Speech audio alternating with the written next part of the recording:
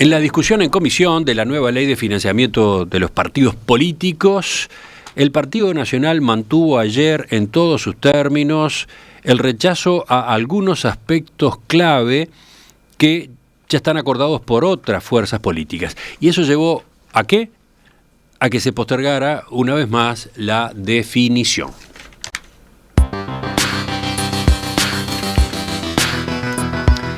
El punto crítico, dicen quienes han estado siguiendo el tema, sigue siendo la obligación, incluida en el texto, de que los canales de televisión otorguen minutos gratis en el horario central destinados a que los partidos pauten propaganda durante las campañas electorales. Efectivamente, ahí está el nudo. ¿Qué otros asuntos quedan por dilucidar? ¿Habrá un acuerdo? ¿Tendremos nueva ley de financiamiento de los partidos políticos rigiendo en la próxima campaña? Vamos a incorporar otro punto de vista. Ya tuvimos uno la semana pasada, ¿no? Sí, la semana pasada hablamos con el diputado colorado Conrado Rodríguez, que integra la Comisión Especial para Estudiar el Financiamiento de la Democracia. ¿Por qué hablamos con él? Porque, recordemos, el acuerdo base fue un acuerdo que se logró hace pocos días entre el Partido Colorado, el Frente Amplio y el Partido Independiente.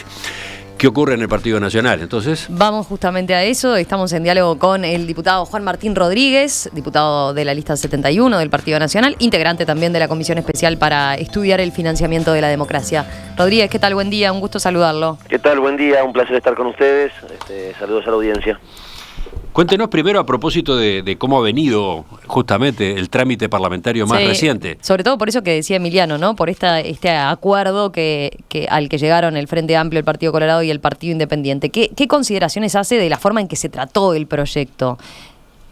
Sobre todo porque parecieron como, de alguna manera, presionando al Partido Nacional a que se pronunciara rápidamente por el tema, ¿no? En realidad este es un proyecto que se viene trabajando desde la legislatura pasada. El proyecto contó con media sanción del Senado en el año, creo que es de 2017, principio del 2018. Pasó a la Cámara de Diputados, no logró la mayoría porque en ese momento el diputado del Frente Amplio, Darío Pérez, no dio su voto, no participó de la sesión y por lo tanto el proyecto pasó a dormir el sueño eterno. Y sobre el final de la legislatura se asumió el compromiso de, una vez comenzado esta nueva legislatura, continuar con el análisis del proyecto en procura de ayornar la ley del año 2009, donde se establecen las características más importantes, las condiciones más importantes del financiamiento de los partidos políticos. En ese sentido, ese trabajo comenzó sobre mediados del año 2020, se recibieron múltiples delegaciones, cerca de una treintena de delegaciones, que fueron opinando a lo largo de todos estos años, y en definitiva, sobre los últimos meses, hubo sí un interés particular de poder avanzar sobre determinados aspectos, más allá de las diferencias que se mantenían, que hoy, diría, la mayoría han ido procesándose, y a modo muy rápido las quisiera enumerar. La primera de ellas, y muy importante para nosotros y que tanto insistimos, es que la competencia sancionatoria de los partidos políticos fuese exclusiva de la Corte Electoral, y de hecho en ocasión de su comparecencia la pasada semana y en las respuestas que la Corte nos brindó sobre el día viernes, la Corte Electoral reivindica su exclusiva competencia constitucional en materia sancionatoria de los partidos políticos. Eso en este proyecto pretendía vulnerarse. Se le daba competencias a la URSEC para sancionar a los partidos políticos, se le daba competencia al Tribunal de Cuentas para sancionar a los partidos políticos, y el peor de los casos, se le daba competencia a la Auditoría Interna de la Nación, una oficina del Poder Ejecutivo de turno, para sancionar a los partidos políticos e incluso imponerle multas que constituirían o que tendrían valor de título ejecutivo. Es decir, el Poder Ejecutivo podría ejecutar un partido político. Tanto, afortunadamente, esto venía avanzando, y de hecho logramos el convencimiento no solamente de los socios de la coalición, sino también de los legisladores de la oposición, gracias a nuestra firme oposición y gracias también a la opinión de la Corte Electoral, que en ese sentido fue contundente. Pero, y de hecho, a ver, ya que usted ingresó por el punteo y ya que se detuvo en este en particular, entonces, ¿qué pasó? ¿Cómo quedó esa disposición ahora? Bueno, de hecho hay algunos que ya hemos votado en la jornada de ayer, otros estaremos votando en la jornada de ahora a partir de las 10:30. Pero en este en concreto. Sí, lo que le estoy diciendo, en la línea de lo que hemos sostenido y que la Corte Electoral nos ha acompañado. Son varios artículos, no es un artículo. Pero entonces solamente sancionaría la Corte Electoral. La competencia esa sancionatoria establecida en la Constitución de los partidos políticos es exclusiva de la Corte Electoral. Así lo dijo la Corte Electoral, es más, es uno de los últimos oficios firmados, si no el último de los oficios firmados por el expresidente, por el doctor José Arocena, en los días previos a su fallecimiento, donde en sus respuestas indica justamente que la Corte reivindica, en función del artículo 322 de la Constitución y numeral séptimo del artículo 77, esa competencia exclusiva que afortunadamente logramos, luego de 3 años y medio que lo insistíamos, logramos convencer a nuestros socios y también a los legisladores de la oposición. Ahora, a esos efectos se reforzará la Corte Electoral, porque una de las discusiones que ha estado de por medio es que el organismo no cuenta con personal, con infraestructura para desarrollar este tipo de tareas, ¿no? Pero Emiliano, el tema es que a lo largo de todo este proceso nosotros no nos opusimos a que la Corte Electoral se pudiese valer de el auxilio, del respaldo, del apoyo, de la expertise, del trabajo de otros organismos, como ser algunos de los que nombré, Tribunal de Cuentas, la URSEC, y de hecho así se plasman en la ley, en el proyecto de ley. Es decir, había acuerdo entre los partidos que la Corte Electoral remitiese los estados contables, por ejemplo, al Tribunal de Cuentas, y fuese quien los auditara y los visara. Pero una vez que sucediese eso, y elevase sus dictámenes, el Tribunal de Cuentas debería informar a la Corte y ser la Corte la que resolvía. Ahora me quedó claro. Y lo mismo eventualmente la Auditoría Interna de la Nación, que era lo más criticable de este aspecto. Entonces, nosotros jamás nos opusimos a que la Corte se valiese de la colaboración de otros organismos públicos, como de hecho sucede ya de por sí hoy, pero eso no era el punto en cuestión, el tema era quién imponía las sanciones.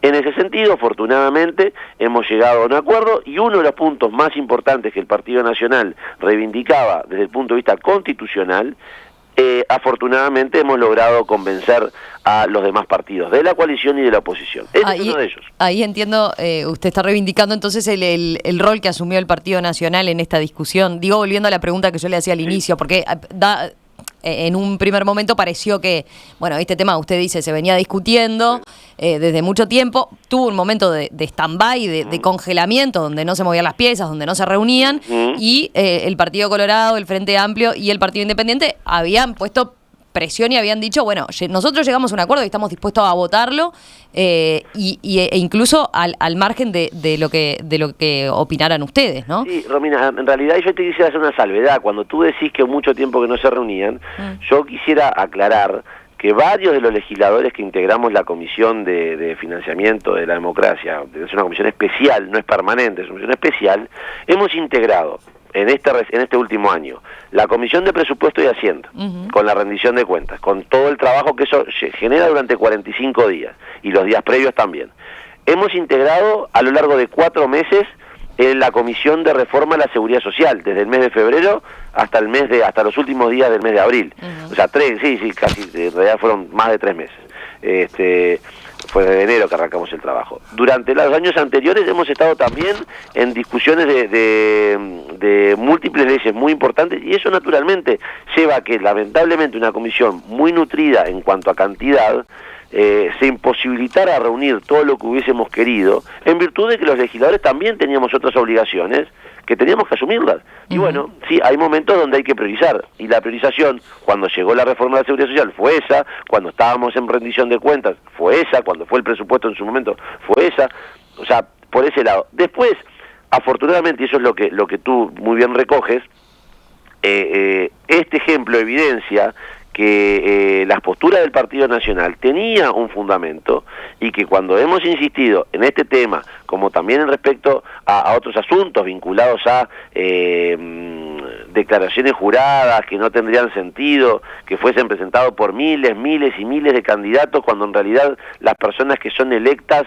ya son sujetos obligados a presentar declaraciones juradas ante la JUTEP, y alimentar y aumentar, incrementar en miles y miles de declaraciones juradas de candidatos, por ejemplo, a concejales de municipios de todo el país. ¿De qué declaraciones juradas está hablando? La declaración jurada que se presenta ante la JUTEP, que se presentan, por ejemplo, todos los cargos públicos, o sea, los legisladores, los miembros del Poder Ejecutivo. Sí. Bueno, esa declaración, ya quienes ocupamos cargos, una vez que asumimos, tenemos, si mal no recuerdo, 60 días para presentarla. O sea, somos sujetos obligados. En el proyecto se pretendía que, a modo de ejemplo, los candidatos a concejal de todo el país, de todos los partidos políticos, de todos los departamentos, de todos los municipios, y con eso, si estamos hablando que son 125 municipios, multiplique por la cantidad de candidatos y multiplique por la cantidad de hojas de votación, miles y miles y miles de declaraciones juradas. ¿Con qué propósito? Acumular papel, porque no tenía otro fin. Porque no se podía controlar, tampoco. Pero que hay una realidad. A ver, usted tiene que poner el foco, usted Estado, tiene que poner el foco en las personas que ocupan cargos públicos. O sea, yo le voy a pedir a la vecina de Arévalo, en el departamento de Cerro Largo, capaz que va segunda en una lista al municipio, que haga una declaración jurada. Digo, pensemos en el sinsentido el propósito. Bueno, esto se logró que primara el sentido común. Lo mismo con las donaciones de las personas jurídicas, el tema de las donaciones anónimas, que aún tenemos algunas diferencias no en cuanto al monto de la donación, que eso se mantiene, sino al porcentaje sobre el total de los ingresos de una campaña electoral. A ver, ¿cómo es eso de las donaciones? Porque estaba la posibilidad de prohibir las donaciones de empresas y permitir solamente los aportes de personas físicas. No, bueno, afortunadamente logramos convencer sobre todo a los colegas de la oposición que no tendría sentido prohibir las donaciones de las personas jurídicas más allá de las limitaciones que hoy ya existen. Decía el diputado Carlos Varela del Frente Amplio, lo que proponemos daría transparencia, se sabría quién aporta y cuánto aporta. En el caso de un colectivo como una empresa no sabemos nunca del todo cómo está integrada. Bueno, pero yo no sé de qué fecha es esa opinión del diputado Varela, con quien hemos... Es de hace unos días, sí, claro. Con quien hemos hablado sobre este tema en particular mucho y en abundancia, y afortunadamente el Frente Amplio ha aceptado la posición que nosotros hemos pregonado, porque yo le poníamos un ejemplo. Si la empresa tal, X, la panadería XX, quiere donar, o la SA XX quiere donar, pero están prohibidos, pero la voluntad de las personas es donar, ¿qué termina pasando? Termina donando Juan Pérez, María López y Susana Rodríguez, que son tal vez accionistas de la empresa. Entonces, si el que quiere donar es la empresa, lo importante es que la gente, la población, la ciudadanía, sepa que la empresa tal quiere donar. ¿Qué mayor transparencia que esa? Porque si en definitiva la donación se quiere hacer igual, la terminan haciendo las personas físicas y la población no sabe que es la empresa en los hechos la que termina donando. O sea, la transparencia radica en que la población, la ciudadanía, los medios de comunicación sepan que si la empresa tal quiere donar y esa empresa no se encuentra entre las limitaciones que la propia ley establece, que ya hoy la ley establece determinadas prohibiciones y que nosotros entendemos que se tienen que mantener, incluso hasta ajustar en algunos casos, incrementar algunas otras. Pero una cosa es que la regla sea, pueden hacerlo con determinadas excepciones en tal y tal caso, y otra cosa es la prohibición a rajatabla, que nosotros entendemos que no era de recibo, y que afortunadamente hemos logrado también llegar a un acuerdo en ese sentido. En cuanto a las donaciones anónimas, hemos llegado a un acuerdo de mantener el monto actualmente, que es lo que rige actualmente, que son las 4.000 unidades indexadas, unos 23.000 pesos aproximadamente.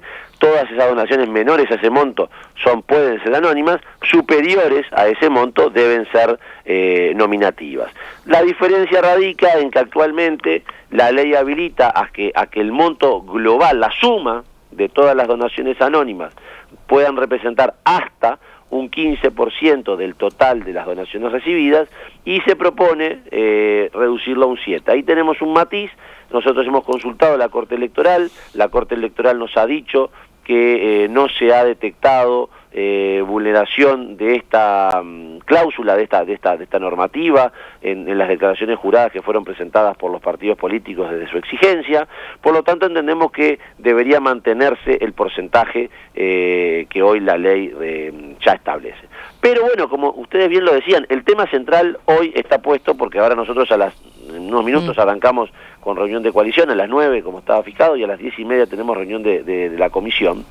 Y de ahí estaremos abordando seguramente una decena de artículos en los cuales nos vamos a poner de acuerdo porque estamos afinando redacciones. Pero el tema central, las diferencias hoy radican en la cuestión vinculada a la publicidad. Vamos a eso, ¿no? Sí, el proyecto modifica, introduce algunos cambios en la obligación de los canales de televisión de ceder minutos gratis para que los partidos pauten propaganda electoral durante la campaña.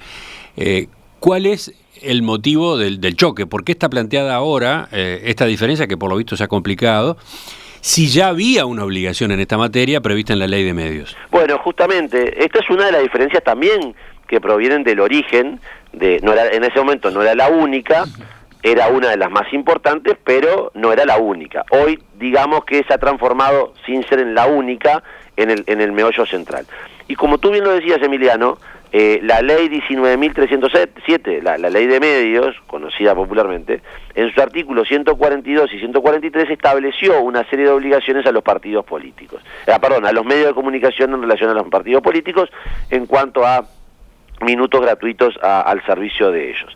¿Qué sucede? La Suprema Corte de Justicia declaró inconstitucionales estos dos artículos. Sí, pero no declaró la parte de los minutos que hay que ceder. Bueno, en realidad... La inconstitucionalidad fue marcada a propósito de cómo se distribuyen esos minutos, a su vez, entre los partidos, etcétera, ¿no? Bueno, exactamente, porque ahí había referencias a que no se habilitaba el ingreso de nuevos partidos, que si mal no recuerdo, la distribución era 20% en partes iguales a todos los lemas con representación parlamentaria y el 80% en forma proporcional a los partidos con representación parlamentaria. Es decir, dejaba fuera a nuevos partidos y por lo tanto la Suprema Corte lo declaró inconstitucional. Pero en ese sentido, un artículo iba de la mano del otro.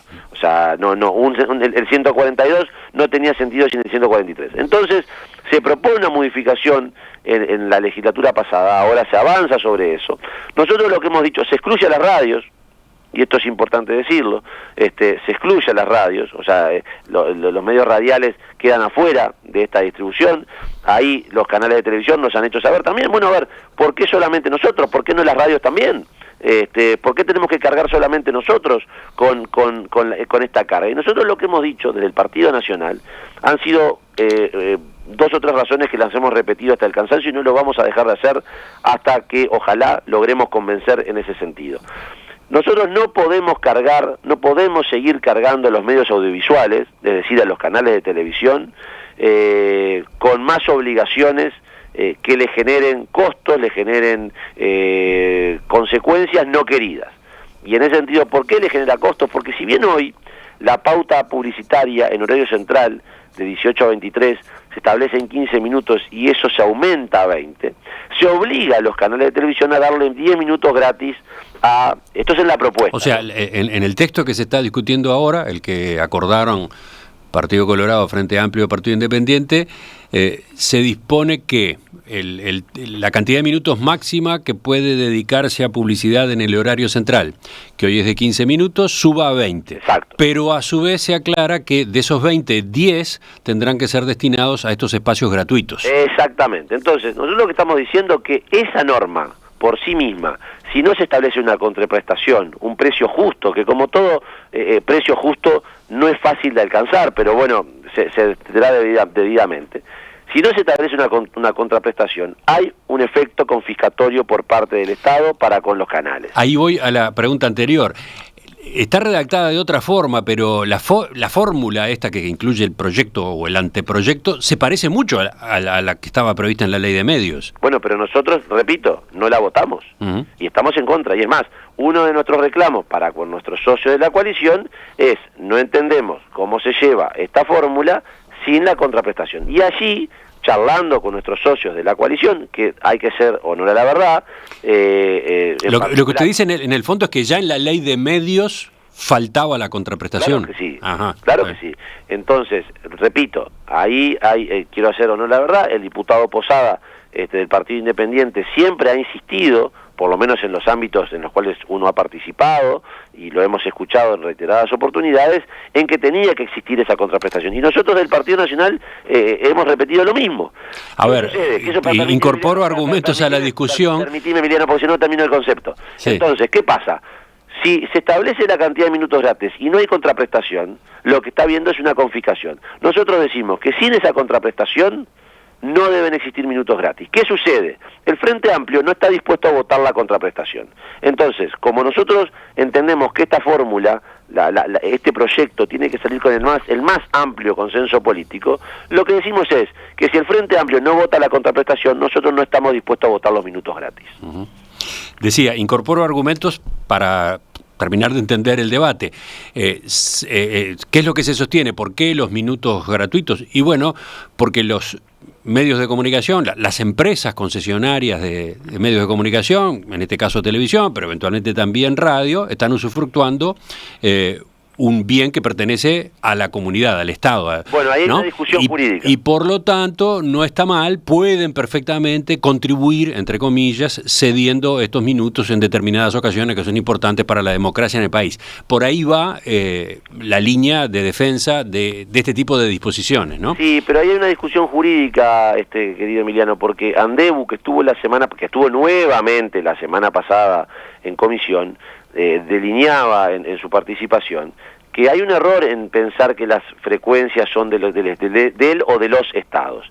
Las frecuencias son un patrimonio inmaterial de la humanidad y que a través de tratados internacionales se le atribuye, se le asigna la administración o la concesión a los estados. Sí, técnicamente esa descripción es perfecta, es así. Y los estados tercerizan, para hablar vulgarmente, no quiero hacerlo, pero tercerizan esa concesión. Entonces, es un error sostener que son propiedad del Estado, más allá que pueda terminar, repito, siendo una discusión jurídica, porque no lo son. Entonces, ese argumento cae por su propio peso. Entonces, nosotros decimos, muy bien, ¿esto qué va a tener como consecuencias? Ya de por sí hoy los canales están enfrentando una competencia respecto con las plataformas, con Facebook, con Google, con todo lo que es publicidad digital, feroz. La publicidad digital aumenta en Uruguay, está por encima del 30%, en el mundo está por encima del 50%, y en Uruguay está por encima del 30% y está aumentando. Usted dice la proporción que ocupa la publicidad de medios digitales en el total de lo que se pauta en medios. Exactamente, exactamente. Entonces, ¿qué sucede? Los canales están enfrentando eso. ¿Qué sabe que va a pasar, Emiliano? ¿Sabe qué va a pasar, Romina? Y a la audiencia le digo, esto va a generar pérdida de puestos de trabajo. Si le seguimos cargando a los medios tradicionales con más y más obligaciones, no siendo conscientes, no siendo capaces de que el mundo hoy ha cambiado, que los auspiciantes dicen, che, yo voy a meter pauta en el medio de una campaña electoral donde están bombardeando spots políticos, no, me voy a Google, me voy a Spotify, o me voy a Netflix, o me voy a Star Plus, y pauto ahí, o en otras. Entonces, es querer tapar la realidad con un dedo, el sol con un dedo. Entonces, no podemos seguir cargando y no podemos decir, son minutos gratis. No, en todo caso serán gratis para los partidos políticos. Pero hay un prestador de servicio que deja de facturar, que deja de ganar, y eso tiene consecuencias. Y el Partido Nacional lo que ha repetido y va a seguir repitiendo es que no va a ser ni cómplice ni responsable de dejar a gente sin trabajo por tomar una medida irresponsable en este momento. Usted dice, hay un medio que deja de facturar. Quiero explicar el razonamiento ahí, cómo son los números, ¿no? Hasta ahora, como decíamos, se permite que en horario central un canal de televisión incluya 15 minutos de publicidad por hora. O sea, puede facturar 15 minutos de publicidad por hora. Se le autoriza en periodo electoral a subir a 20, pero a su vez se le dice que 10 de ellos estarán destinados a publicidad gratuita de partidos políticos. Por lo tanto, cae, ¿no? La posibilidad de facturar cae de 15 a 10, de eso estamos hablando. Se le saca un tercio de posibilidad de facturación.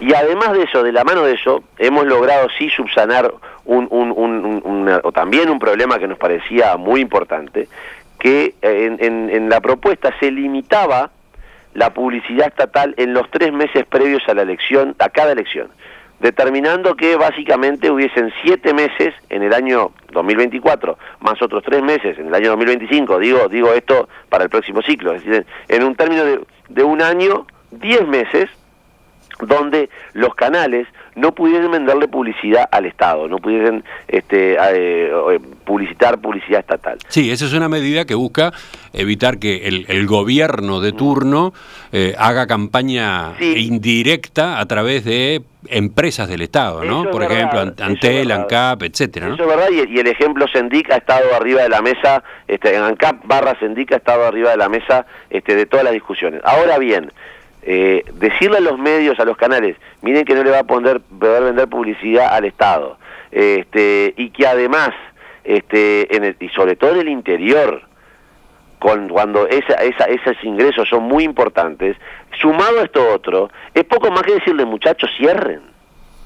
Y la verdad, eso lo hemos logrado subsanar, se ha reducido al periodo de publicidad electoral, es decir, en el caso de las internas nacionales y departamentales, al mes de la publicidad electoral, y en el caso del balotaje, a esos últimos 15 días previos. Entendemos que es más razonable, a su vez hemos exceptuado a las campañas de bien público y lo decíamos ayer, y eso fue votado en tal sentido, a los organismos que se encuentran en régimen de competencia. No es lo mismo, y poníamos el ejemplo, aunque parezca sencillo y simple, poníamos el ejemplo de el año que viene, en septiembre del año que viene, es decir, el mes previo a la elección, seguramente habría que ver qué fechas cae, Uruguay va a estar jugando sus partidos por la eliminatoria. Uruguay tiene sponsor Antel, al Banco de Seguros y al Brou, por lo pronto. Son 3 organismos públicos que están en régimen de competencia. No podría pautar. Entonces, en ese sentido entendemos que los organismos que están en competencia se les debe permitir seguir pautando como excepción a la regla. Usted está con poco tiempo porque empieza la sesión de comisión, ¿no? Sí, ahora. Pero para completar lo que venimos analizando, este punto en particular, el de la compensación que en todo caso deberían recibir los canales de televisión por ceder esos minutos para publicidad electoral de los partidos políticos, ¿en qué está el asunto? ¿Cuál es la fórmula? ¿Hay posibilidad de que haya una aproximación? Bueno, se ha esbozado una primer redacción donde la línea va por las exoneraciones fiscales, facultando al Poder Ejecutivo la creación de esa compensación, porque nosotros no tenemos iniciativa, es iniciativa privativa del Poder Ejecutivo, y por lo tanto, en función del artículo 86, inciso segundo de la Constitución de la República, tenemos que quedar a la espera del Poder Ejecutivo. Más allá de eso, nosotros entendemos, si bien compartimos que esa es la línea, entendemos también que debe incorporarse en la redacción algunos elementos objetivos que permitan enmarcar, sin establecer, por supuesto, el precio determinado, el precio concreto, enmarcar los parámetros de eso, porque si no, mañana el Poder Ejecutivo, el otro, o vaya a saber cuál, dice, la compensación es $1 por minuto. Sí, claro. O sea, es irrisorio, es ridículo. Entonces, entendemos que tienen que ser incorporados no criterios exactos, pero sí objetivos, y por lo tanto, lo que hemos trasladado ayer primero a nuestros socios de la coalición y luego a los demás integrantes de la comisión, es que en el día de hoy, que estaremos terminando de votar, si así se dispone el articulado, dejar los artículos vinculados a publicidad para ser incorporados directamente en el plenario, a efecto de tomarnos de aquí al martes los días suficientes específicamente con este tema para conversar con todos los operadores, como hemos venido conversando, pero ya por este tema concreto, y buscar fórmulas que en la ley enmarquen esto que vendría a ser la compensación. Pero repito, nosotros desde el Partido Nacional estamos dispuestos a avanzar en este tema si todos los partidos políticos están de acuerdo. No compartimos, no estamos de acuerdo que el Frente Amplio vote los minutos gratis, pero no se haga cargo de votar la compensación. Por lo tanto, repito, si el Frente Amplio no está dispuesto a votar la compensación, nosotros lo que vamos a solicitar es que se quiten los minutos gratis, porque no estamos dispuestos a cargar a los medios audiovisuales de comunicación con más obligaciones. Ahora, supongamos que no hay acuerdo en este punto. De todos modos, en los otros sí se puede pensar que haya aprobación y por lo tanto que haya una nueva ley de financiamiento de los partidos políticos ahora antes de fin de año? Es que respecto a los otros puntos, hasta la noche de ayer votamos casi una veintena de artículos y ahora de mañana vamos a votar una decena más y hemos votado todos por unanimidad.